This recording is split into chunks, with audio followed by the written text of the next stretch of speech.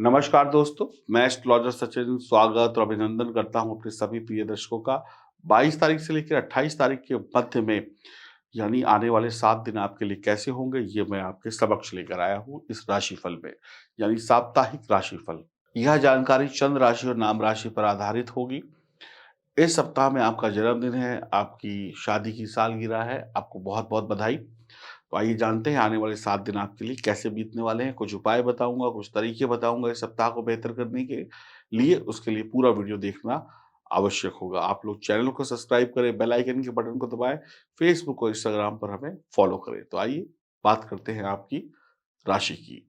अब हम बात करने वाले हैं तुला राशि की। सप्ताह के आरंभ में स्थिति बहुत तनावपूर्ण रहेगी, थकाऊ रहेगी, परिवार में थोड़ी-सी कड़वाहट रहेगी, पारिवारिक माहौल थोड़ा-सा डिस्टर्ब रहेगा।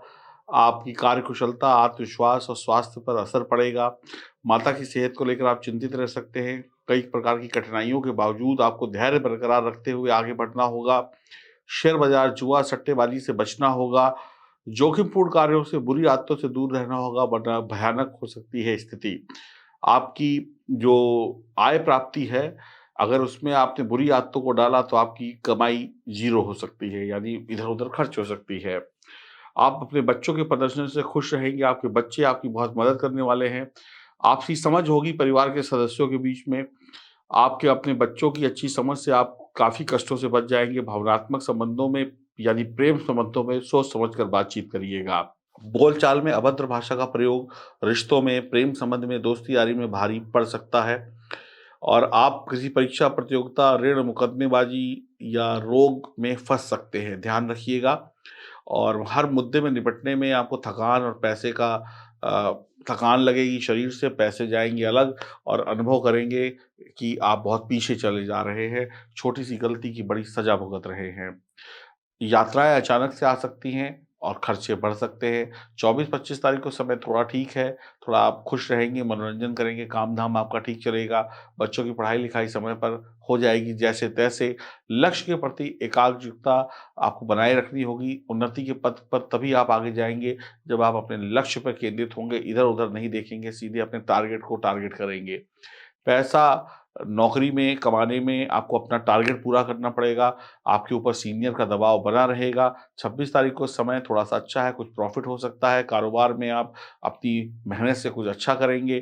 तड़क-भड़क, फालतू के खर्चे, दिखावे की दुनिया से दूर रहना होगा, वरना आप पैसे बर्बाद करेंगे। यानी दुनिया को दिखाने के चक्कर में अपने घर में आग लगा बैठेंगे। विपरीत लिंग के प्रति आप आकर्षित हो सकते हैं। किसी के प्रति आपका आकर्षण इतना बढ़ सकता है कि आप उसके पीछे-पीछे घूमें और अपना वक़्त और पैसा बर्बाद करें। आप किसी को एक्स्ट्रा गिफ्ट दे सकते हैं, मतलब ज़रूरत है ₹100 की और ₹1000 का गिफ्ट देकर अपना नुकसान कर सकते हैं। पैसे आएँगे लेकिन पैसे ऐसे ही खर्च हो जाएँगे। परिवार में माहौल शांतिपूर्ण रहेगा, मेहमानों की आवाजाही रहेगी, परेशानी बढ़ेगी, कार्यभार बढ़ेगा, चिंता बढ़ेगी। 22 जनवरी 2023 की बात करें तो आज का दिन तनाव और समस्याओं से मुक्ति पाने का है, लेकिन बहुत थकान होगी, बहुत चिंताएँ आपके ऊपर रहेगी और आपका स्वास्थ्य खराब रहेगा। 10 काम करेंगे, 2 में सफलता मिलेगी। तो बड़ी मुश्किल से आप मुश्किलों से बचने के आपको रास्ते निकालने पड़ेंगे। किसी सामाजिक कार्यक्रम या पारिवारिक उत्सव में भाग ले सकते हैं, कोई नया वाहन इत्यादि खरीद सकते हैं, माता-पिता से धन प्राप्ति हो सकती है, आपके संबंध माताजी से शुभ बने रहेंगे, जमा पूँजी बढ़ेगी लेकिन खर्चे भी तैयार हैं। 23 जनवरी की बात करें तो आपको आपकी माताजी का साथ और सहयोग मिलेगा। कोई संपत्ति खरीदना चाहते हैं, खरीद सकते हैं, आज का दिन शुभ है। कोई आपके खर्चे फिर बढ़ने वाले हैं, कुछ ज़रूरत के सामान पे खर्चे होंगे, ना चाहते हुए खर्चे होंगे, मजबूरी में खर्चे होंगे और परिवार के ऊपर खर्चे होंगे। जीवन साथी से रिश्ते ठीक रहेंगे, धैर्य बरकरार रखना होगा, पैसे एक हाथ से आएँगे और 2 हाथों से खर्च होंगे। आप घर की ज़रूरतों को पूरा करने में, मजबूरी में भी आपको पैसा खर्च करना पड़ सकता है। सामाजिक और पारिवारिक उत्सव में जाएँगे, पैसा लुटाएँगे। 24 जनवरी 2023 की बात करें, तो आज विद्या में सफलता प्राप्ति के लिए समय अच्छा है। नौकरी करने वाले लोग अपना कार्य पूर्ण आत्मविश्वास के साथ करेंगे। स्वास्थ्य अच्छा रहेगा, मन में प्रसन्नता और उत्साह बना रहेगा। किसी पारिवारिक या सामाजिक उत्सव में भाग लेंगे। व्यापारी लोग व्यापार में उन्नति के उद्देश्य से किसी लंबी यात्रा पर जा सकते हैं। खिलाड़ी लोग का समय अच्छा बीतेगा।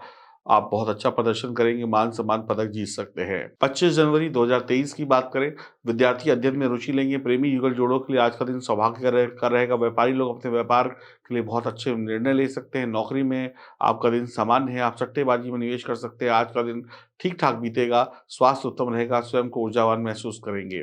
26 जनवरी 2023 की बात करें तो आज का दिन विद्या में सफलता प्राप्ति के लिए अच्छा है, नौकरी में कुछ अच्छा काम हो सकता है, आपकी मेहनत रंग ला सकती है, स्वास्थ्य ठीक रहेगा, कुछ ऐसे काम करेंगे जिससे दिल खुश हो जाएगा, कोई इंटरव्यू आप पास कर सकते हैं, परिवार में कोई समस्या का हल निकल सकता है, व्यापार में कोई अच्छी डील हो सकती है, खिलाड़ी लोग कुछ अच्छा खेल-कूद कर सकते हैं और बहुत अच्छा रहेगा, धीमे-धीमे स्थितियाँ सुधरेंगी। 27 जनवरी की बात करें तो आपका स्वास्थ्य ढीला रहेगा, आपको छुपे हुए शत्रुओं से बचना होगा, अपने मन की बात किसी को नहीं बतानी है, अपने दिल के राज किसी से शेयर नहीं करने हैं वरना धोखा हो सकता है। जहाँ तक संभव हो किसी से कुछ उधार ले नहीं, किसी को कुछ उधार दे नहीं, वापसी करने में समस्या आ सकती है। किसी परीक्षा प्रतियोगिता में भाग लेने जा रहे हैं तो संघर्ष के बाद सफलता मिलेगी, अनावश्यक वाद-विवाद से बचें, विपक्षी लोग आपको निशाना बनाने का प्रयास करेंगे। 28 जनवरी 2023 की बात करें, आज का दिन जीवन साथी का साथ और सहयोग प्राप्त करने के लिए उत्तम है। आपको निश्चित रूप से एक-दूसरे का साथ और सहयोग मिलेगा, थोड़ा रोमांटिक मूड में होंगे, पढ़ाई-लिखाई अच्छी है, व्यापारियों को नया साझेदार मिलेगा, यह समय जमा पूँजी बढ़ाने के लिए अच्छा है, सट्टेबाजी में पैसे का निवेश करना शुभ नहीं रहेगा, स्वास्थ्य सामान्य रहेगा, खाने-पीने के मामले में सावधान रहें, रोज़ाना नियमित व्यायाम करते रहें, किसी महिला को ना सताएँ, महिलाओं से अच्छा व्यवहार रखें। आपके लिए करीब-करीब 55% शुभ परिणाम लेकर आ रहा है तुला राशि वालों के लिए सप्ताह और 1 नंबर लकी रहेगा और अब जानते हैं कौन से उपाय हैं जिनसे हम और तरक्की पा सकते हैं। उपाय क्या होता है? उपाय होता है कि हम किसी तरीके से अपने बुरे कर्मों को उपायों के माध्यम से अच्छा कर लें। साबुन, साबुन देखा है आपने? निरमा साबुन, लिक्विड साबुन, वो क्या है? वो गंदगी को काटने का उपाय है। समझ रहे हैं? है ना? कहीं पे भी मैल लग जाता है कपड़े में तो रगड़ देते हैं साबुन तो सफ़ेद हो जाता है, लेकिन कुछ ऐसे दाग होते हैं जो हल्के तो पड़ जाते हैं लेकिन मिटते नहीं हैं। वो आपका प्रारब्ध है। यानी कि दाग मिट तो जाएँगे लेकिन फिर भी उनकी एक परछाई आपको दिखाई पड़ेगी। तो वर्तमान के पापों को मिटाना बहुत आसान है लेकिन प्रारब्ध में किए हुए जो पाप है उसको मिटाने वाला ईश्वर है। तो सबसे पहले जो भी लोग मुझे देखते हैं, जितना भी देखते हैं, वो लोग एक बात को याद रख लें, अपने दिमाग में बिठा लें कि अगर आपका भला कर सकता है कोई तो सिर्फ़ और सिर्फ़ ईश्वर कर सकता है और कोई नहीं। ईश्वर चाहेगा तो ही आप किसी ज्योतिषी के पास आएँगे और अपनी जन्म कुंडली दिखाएँगे और वो उपाय बताएगा, उससे आपका भला होगा। अन्यथा आपकी औकात नहीं, मेरी कोई बिसात नहीं कि मैं आपका भला कर सकूँ या आपकी औकात नहीं कि आप मुझ तक या किसी भी एस्ट्रोलॉजर तक पहुँच सकें। इसके पीछे सिर्फ़ और सिर्फ़ ईश्वर की ही गणना है। इस बात को दिमाग में बैठा लीजिए। हमेशा 2 चीज़ें करिए। पहली चीज़, जो रोज़ आपसे जाने-अनजाने बुरे कर्म हो रहे हैं, छोटे-बड़े, उसकी प्रायश्चित करने के लिए ईश्वर से रोज़ माफ़ी माँगिए, पहली चीज़, ताकि वो बुरे कर्मों में ना बदलें। दूसरी चीज़, आज को अच्छा रखने के लिए भगवान के नाम का जाप करें, स्मरण करें। आप राधा रानी के नाम का स्मरण करें, आप हनुमान जी के नाम का स्मरण करें, आप श्री राम के नाम का स्मरण करें, आप शंकर जी के नाम का स्मरण करें, ठीक है? आप जो करें, करें, करें ज़रूर। अब आप चाहे घर पर बैठकर भगवान को पूजें, आँख बंद करके, चाहे आप मंदिर जाकर पूजें, कोई फ़र्क नहीं पड़ता। आप चाहे मूर्ति को पूजें, चाहे बिना मूर्ति के भगवान को पूजें, कोई फ़र्क नहीं पड़ता। देखिए, भगवान को आप पानी समझ लीजिए, पानी है भगवान। पानी किसी भी लोटे में डालिए, गिलास में डालिए, वैसा उसका आकार हो जाता है। तो भगवान जब बर्फ़ होती है ना, बर्फ़, बर्फ़ को अगर आप किसी खाँचे में डाल दें, तो वो एक मूर्ति बन जाती है, कोई भी चीज़ बन जाती है। तो भगवान जब बर्फ़ जैसे हो जाएँ, तो वो मूर्ति बन गए, जब पिघल जाएँ, तो पानी जैसे हो जाते हैं, गंगा नदी जैसे बह रही है, ठीक है? और जब जम जाते हैं, तो भगवान भोलेनाथ का शिवलिंग बन जाता है। तो भगवान मूर्ति भी आप पूज सकते हैं और बिना मूर्ति के भी भगवान को पूज सकते हैं, क्योंकि दोनों एक ही चीज़ है, पानी से ही बर्फ़ है, बर्फ़ से ही पानी है। इस बात को भी समझ लें, कुछ लोग कहते हैं कि मूर्ति पूजा करें कि ना करें, ठीक है? दोनों एक ही चीज़ है, कोई फ़र्क नहीं पड़ता, बर्फ़ और पानी को समझ लीजिए, ठीक है? तो भगवान अमरनाथ जाते हैं तो वहाँ पर क्या होता है, भगवान का शिवलिंग है, वो बर्फ से बनता है और जो बर्फ पिघल जाती है तो शिवलिंग खत्म हो जाता है, लेकिन पूजा तो तब भी भगवान की होती है।